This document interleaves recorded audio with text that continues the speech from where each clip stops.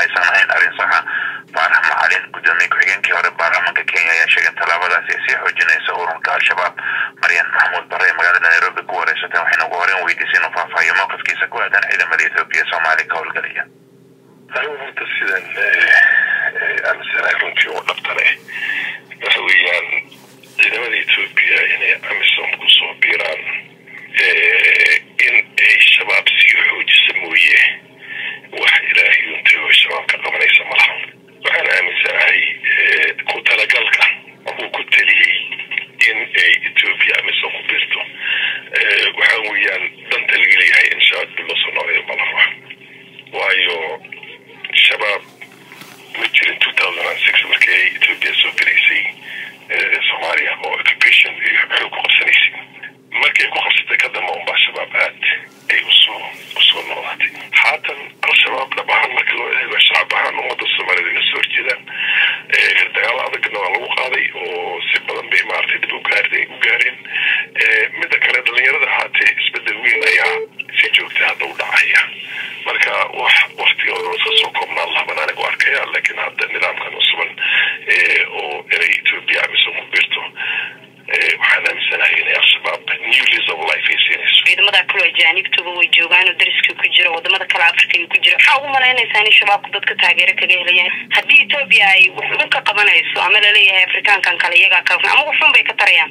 Soomaaliya iyo Itoobiya ilaa iyo ugu yaraan kunkii sano haddaan soo dhaafnay waxaad moodaa xisaabtan mase dagaalan soo jireen ah oo Itoobiyankana waa arkayaan Soomaalida inay yihiin cadowgooda keliya oo soo jireenka. Soomaalidana sidii lamid ah xabshida ay arkayaan markay soo galaan anything and everything goes. ninka Soomaaliga inuu wax kasta al-shabaab ku sheegtay iyo ku qabiil sheegtay iyo ku mabda kala sheegtay iyo waxay noqonaysaa jiritaankii magacii identity Soomaalida ayaa gelaya qilqil ka duwantaan ku sheegay mid kale. Kenya مثلا way ka sheegay Soomaaliya anigu waxaan dadkii markii la marinayay baarlamaanka yiri ciidamada Kenya waa inay la galaan entry plan iyo exit plan. waa in la galo waa in sida ugu degdegsiin badan looga soo baxa muddada lagu galayna shabaab tilaabo adag laga qaado. ciidamada jamhuuriyadda Soomaaliya in la dhiso si feeyaga u helaan awood ay ku sugi lahaayeen amaanka Soomaaliya. haatan ilaa iyo waqtiga ay joogto ciidamada Kenya ay si durduray ku galeen ilaa Kismaayo xisaabo badan ay u baahan tahay. howlgal rasmi hadda maanta ay ku jiraan ciidamada Kenya oo loo isku dayay in wax lagu soo afjaro oo la tirtiro inama muuqato runtii. laakiin waxa weeyaan wax su'aalaheedii maanta la joogo 2006 maxaakiimta ayaa ka talinaysa Soomaaliya waxay ka taliyeen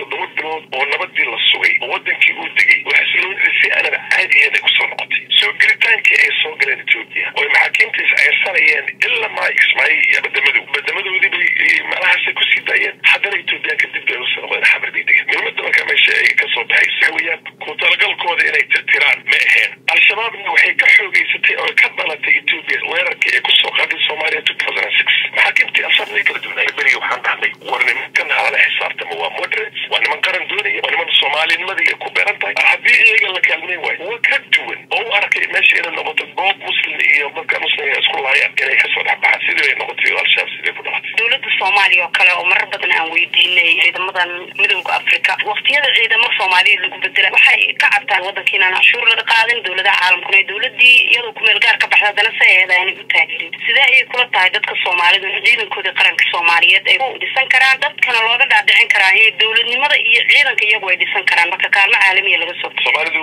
waxa maskaxda laga qabsaday wax la yiraahdo international community. waxa wixii iyaga ay qasal lahaayeen wixii iyaga u dhaxeeyay oo dhan qof kale oo ajnabi ah leeyahay loo raadiyo xal dhaqaalaha haday tahay haday iyaga tartamaan dhaxdooda bedelkay wada hadal lahaayeen ninka kale ay taajisiyo oo dabardiya warnaya kuwana bisayna allaga haddaan hebel nahay masar gobol hebel nahay Itoobiya la Kenya la Mareykan baa waxaas waxa weeyaan wax runtii aad iyo aad ninka shakhsiga bil aadamka qiimaha ugu hooseeya oo ka gaari kara darajo cashuur hadii la hagaajiyo nidaamka cashuur lagu qaadanayo si fudud ay maarta cashuurta loo bixiyo. Soomaalidii waxay jiraan leeyihiin wadamo aan dekada lahayn oo in badan runtii si kasta ay ku galaan dhulkaasi Itoobiya alaabo soo martay iyaga laga iibgeeyo wadamaha soo dhan way fududahay. khayraadka wadanka ku jiro mas'uulka hoostiisa ku jiro mas'uulka korkiisa laga soo saari karo sida beeraha oo kale wax badan baa iska jira.